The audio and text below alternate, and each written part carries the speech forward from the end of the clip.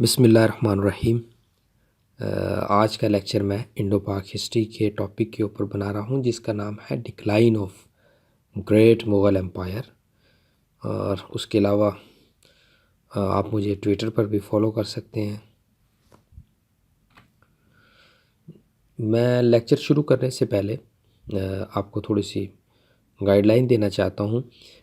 وہ guide line یہ ہے کہ میں نے اس کے علاوہ پہلے 2 لیکچر بنائے ہیں۔ ایک کا نام ہے origin and growth of East India company, دوسرا برٹش امپیریلزم کے نام سے لیکچر ہے۔ اگر آپ وہ 2 لیکچر نہیں سنیں گے سو آپ کو یہ لیکچر اس لیول پر انڈرسٹینڈ نہیں ہو سکتا جس لیول پر ہونا چاہیے۔ تو لیکچر کا میں آغاز کرتا ہوں اپنی پہلی سلائیڈ سے، جس میں اسٹرینتھ آف مغل امپائر ہے۔ مغل امپائر کی بنیاد 1526 میں رکھی گئی تھی اور یہ 1857 تک یہ چلی ہے۔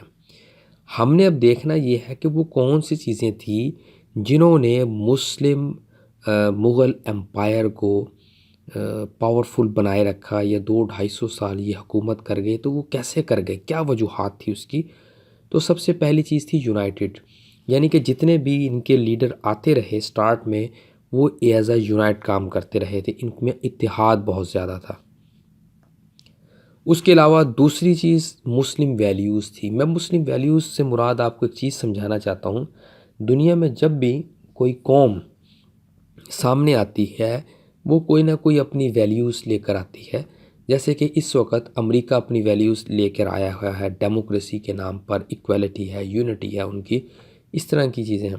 جس وقت اسلام دنیا پر غالب آ رہا تھا یا اسلامک سسٹم دنیا پر غالب آ رہا، تو وہ 2 چیزوں کے اوپر دنیا پر غالب آ رہا تھا۔ ایک ان کے نظام میں سب سے زبردست چیز تھی ایکویلٹی، یعنی کہ آپ اگر دیکھیں ہندوازم سسٹم میں دیکھیں تو وہاں پر آپ کو دلت ایک کلاس ملے گی جس کو بہت زیادہ گھٹیا کلاس سمجھا جاتا ہے، اور اس کے علاوہ اسلام نے اس چیز کو ریموو کیا، ایکویلٹی کا کانسیپٹ دیا۔ دوسرا سوشل جسٹس، یعنی کہ سماج میں آپ کو انصاف ملتا تھا پاورفل طریقے سے۔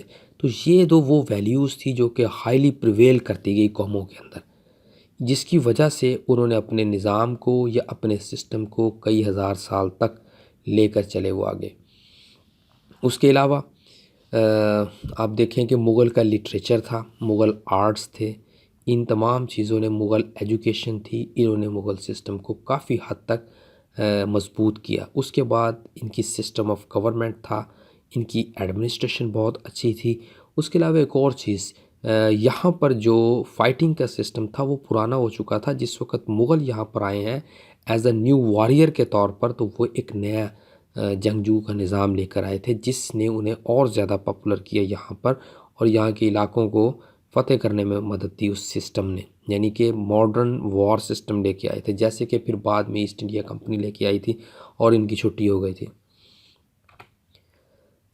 ہم نے اب دوسری سلائیڈ میں آپ کے ساتھ ڈسکس کروں گا کہ اورنگزیب کون تھا۔ اورنگزیب آخری جس کو مغل بادشاہ تصور کیا جاتا ہے، یہ شخص 3 نومبر 1618 کو دہود میں پیدا ہوا تھا۔ یہ شاہ جہان کا ینگسٹ بیٹا تھا اور یہ کمانڈ کر چکا تھا ٹروپس کی ازبیک اور پرشین کے اگینسٹ 1646 سے 7 تک۔ پھر یہ دکن کا بھی وائسرائے رہ چکا ہے 1636 سے 44 تک، 1654 سے 1558 تک بھی یہ دکن کا وائسرائے رہ چکا ہے۔ اس کی جو امپورٹنٹ چیزیں تھیں وہ کیا ہے؟ ایک تو یہ شخص محنتی تھا، انڈسٹریس تھا، سیلف ڈسپلن تھا، ریلیجیس آدمی تھا۔ اس نے اسلامک کیلنڈر کو لانچ کیا، اسلامک لاز کو یعنی کہ اسلامی شریعہ کا جو نظام ہے اس کو انٹروڈیوس کروایا۔ دوبارہ پھر فتوی عالمگیری ایک کتاب لکھی گئی تھی، اس کو اس نے لکھوایا اپنے انڈر کر کے۔ اس کے علاوہ اور کیا کچھ نیا یہ لے کر آیا تھا؟ ایک اور چیز تھی جو کہ جس کو ہم جزیہ سسٹم کہتے ہیں، 1679 میں اس نے دوبارہ ری امپوز کر دیا گیا تھا، نان مسلم پر اس نے کیا تھا۔ اچھا، اب تیسری سلائیڈ میں ہمارے پاس یہ ہے کہ یہ شہنشاہ بنا کیسے تھا بھائی؟ تو یہ شہنشاہ بنا تھا اپنے باپ کے بیمار ہونے پہ۔ تو شاہ جہان جو بادشاہ تھا اس وقت کا ایمپرر تھا، وہ 1657 میں بیمار ہو گیا تھا۔ تو اس کے 4 بیٹے تھے، مراد، شاہ جہان دارا اور شاہ شجاع دارا اورنگزیب۔ یہ دونوں نااہل تھے، یہ تو سائڈ پر ہو گئے تھے۔ اس کے علاوہ یہ 2 کمپیٹنٹ آدمی تھے، ان دونوں کے درمیان ایک فائٹ ہوئی تھی 28 مئی 1658 میں سمو گڑھ جگہ کے نام، جو کہ آگرہ کے قریب ہے، وہاں پر ان دونوں کے درمیان جنگ ہوئی، جس میں دارا کو شکست ہوئی اور اورنگزیب 1658 میں بادشاہ بن گیا تھا، ایمپرر بن گیا تھا۔ لیکن اگلے ہی سال 1658 میں ہی اس کا والد ریکور ہو گیا تھا، وہ دوبارہ شہنشاہ بننا چاہتا تھا لیکن دیر بہت ہو چکی تھی۔ اس نے پھر اس کو آگرہ فورٹ کے اندر قید کر دیا تھا، جو کہ اب 1666 میں یعنی کہ 1666 میں یہ شخص وہیں پر قید رہا اور وہیں پر اس کا انتقال ہو گیا تھا اس شخص کا۔ اچھا، اب ہم نے یہ دیکھنا ہے کہ مغل دور حکومت میں اورنگزیب جس وقت ایڈمنسٹریشن کر رہا تھا، اس نے ایسی کیا غلطیاں کی یا اس نے کون کون سے ایسے کام کیے جس سے اس کی سلطنت ویک ہونا شروع ہو گئی تھی۔ سب سے پہلی چیز، یہ لگاتار فائٹنگ، کنٹینیوس لمبی لڑائیاں لڑ رہی تھی۔ یہ صرف اور صرف اگر آپ دیکھیں تو مرہٹاس کے خلاف 25 سال لڑتا رہا، یعنی کہ لانگ فائٹنگ وارز۔ اس کی وجہ سے سلطنت کمزور ہوئی۔ دوسرا، جب آپ اتنی لمبی جنگیں لڑیں گے تو ظاہری سی بات اس کے اوپر کوسٹ زیادہ آئے گی، وہ آپ کو نقصان دیں گے، یعنی کہ کاسٹلی وارز لڑ رہا تھا یہ۔ اس کے علاوہ ہیوی ٹیکسز اس نے اپنے لوگوں پر امپوز کر دی تھے۔ ظاہری سی بات ہے کہ جب آپ لمبی جنگیں لڑیں گے، آپ کے فنڈ چاہیے ہوگا، تو فنڈ آپ نے عوام سے لینا ہے، تو آپ ان کے اوپر ٹیکسز بڑھائیں گے، تو یہ بھی ایک ایشو اس کے لیے کھڑا ہو گیا تھا۔ اور دوسری بات، یہ جنگوں میں بہت زیادہ انوالو تھا اور اپنے کیپٹل یعنی کہ مرکز سے دور رہا، جس کی وجہ سے اس کی سینٹر آف گورنمنٹ کے اوپر گرپ کمزور ہو گئی تھی۔ اس کے ساتھ سول سروس خراب ہوئی اور ان کے اندر کرپشن بڑھ گئی۔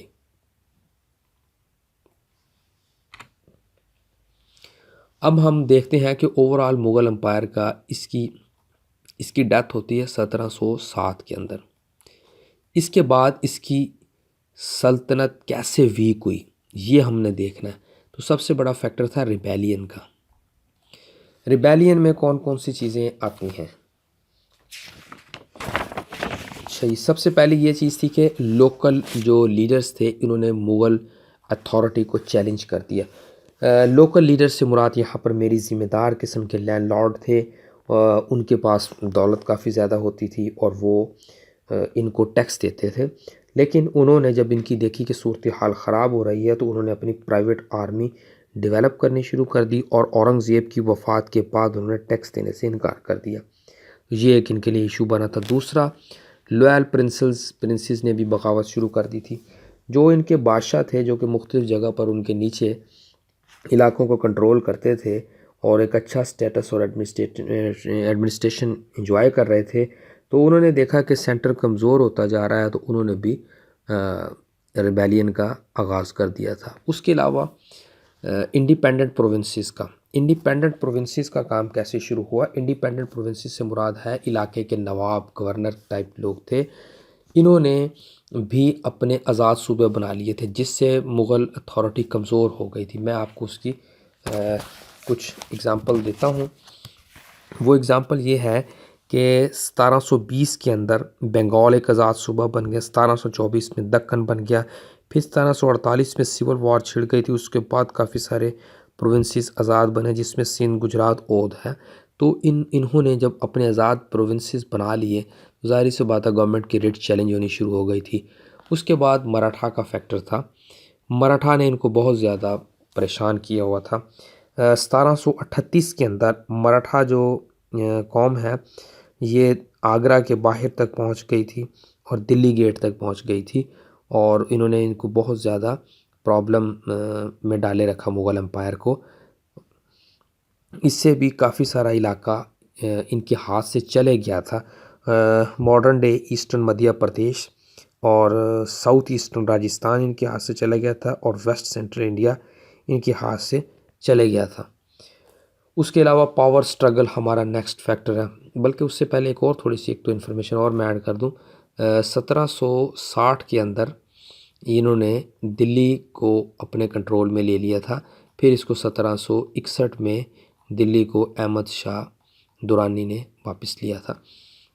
اس کے بعد پاور سٹرگل شروع ہو گئی تھی مغل پرنسز کے درمیان۔ اورنگزیب کی وفات کے بعد آپ دیکھیں کہ جیلسی جیسے جیسے گریو ہوتی گئی، تو اس کے 17 بیٹے تھے، جس میں sons, grandsons and great grandsons تھے۔ انہوں نے دولت اور پاور کو آپس میں ایک دوسرے سے چھیننے کی کوشش کی، اور اس دوران آپ دیکھیں کہ کیپیبل سولجر مرے، پرنسز مرے، نوبلز مر گئے، تو اس وجہ سے ان کی ریاست کمزور ہونا شروع ہو گئی تھی۔ اس کے بعد انویژن ہے۔ انویژن میں دو چیزیں آتی ہیں، ایک انویژن ہے پرشیا سے، ایک ہے افغانستان سے۔ میں پرشیا کی انویژن آپ سے شیئر کرتا ہوں۔ 1739 میں پرشیا سے نادر شاہ آئے ہندو کش کو کراس کرتے ہوئے، اور انہوں نے who had capture Ghaznavi and Kabul, جو کہ پہلے ہی کر چکے تھے، ان کے کنٹرول میں تھا۔ اب وہ مغل کی ویکنس کے ساتھ ساتھ آگے بڑھ رہے تھے۔ وہ 2,70,000 آرمی لے کے آئے، اور جس میں انہوں نے ریور انڈس کو اٹک والی سائڈ پر کراس کیا اور لاہور پر اٹیک کیا۔ بہت کم لوگ اس کے خلاف کھڑے ہو سکے تھے۔ اس نے اس علاقے کو کیپچر کر لیا، لاہور کو۔ پھر اگلے سال یہ دلی کی طرف بڑھا تھا، جہاں پر اس نے محمد شاہ کو شکست دی، جس کے پاس 2 لاکھ آرمی تھی اور 5,000 کینن تھے، لیکن وہ ماڈرنائز نہیں تھے۔ اس نے نادر شاہ نے ان کو شکست دے دی، اور اس نے دلی پر اپنا قبضہ کر لیا تھا۔ پھر اس سے اگلے سال 1740 کے اندر نادر شاہ نے واپسی جاتے ہوئے سندھ کو لوٹا، اور ڈیرہ اسماعیل خان کو اس نے لوٹا۔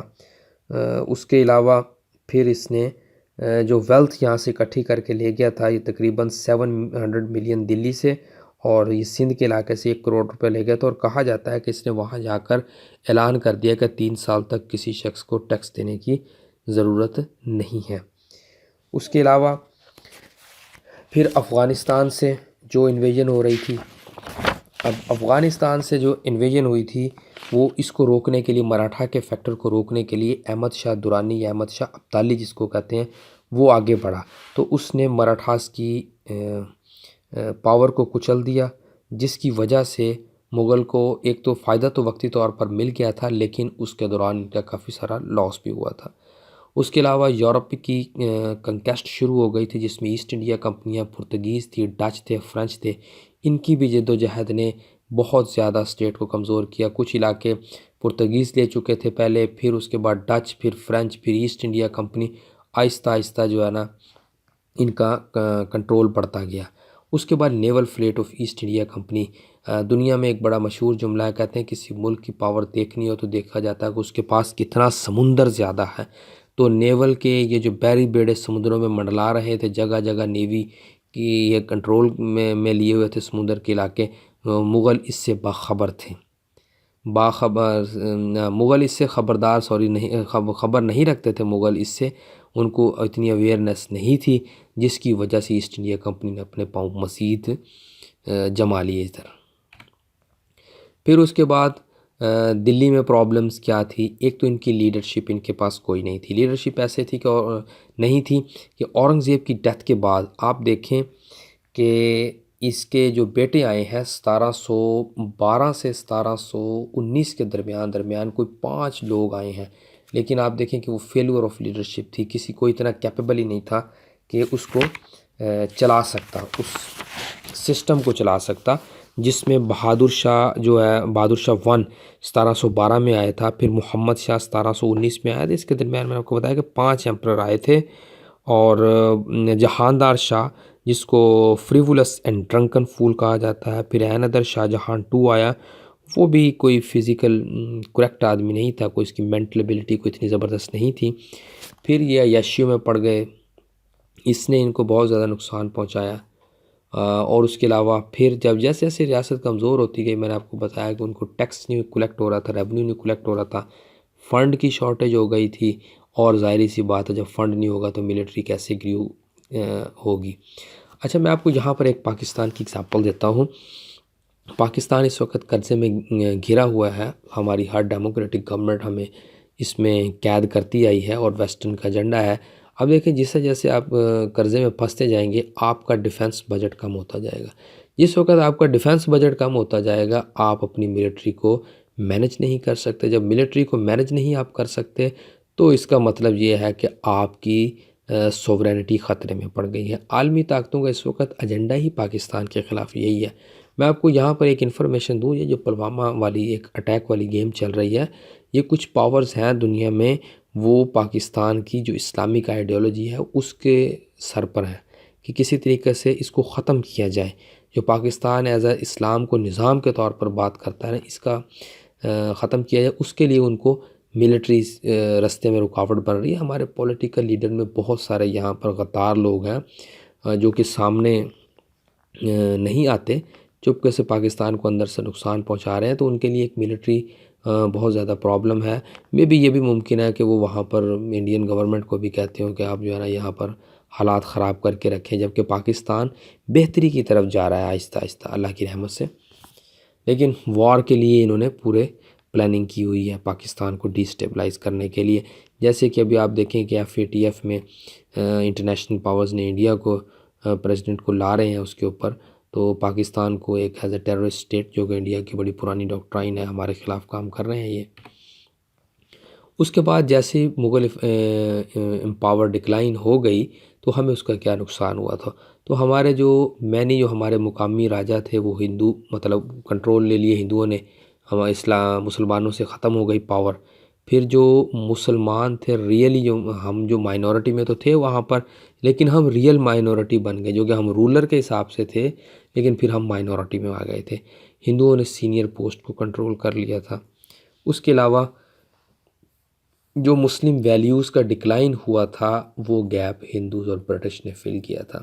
میں نے آپ کو بتایا تھا کہ جب بھی کوئی قومیں دنیا میں سامنے آتی ہیں پاور کے حساب سے کچھ ویلیوز لے کے آتی ہیں۔ ہم سوشل جسٹس کی ویلیو تھی، ایکویلٹی کے لیے کہہ رہے تھے، جب ہم نے اس کو سائڈ پر کیا، جہانگیر کا زمانہ بڑا مشہور ہے انصاف کے لیے، تو جب ہم نے ان کو سائڈ پر کیا تو ایک گیپ بن گیا، اس گیپ کو ہندو نے فل کیا اور برٹش نے فل کیا، اس وجہ سے وہ آگے پڑھائے دونوں۔ لیکچر ختم ہو گیا۔ لیکچر کو سننے کے لیے شکریہ۔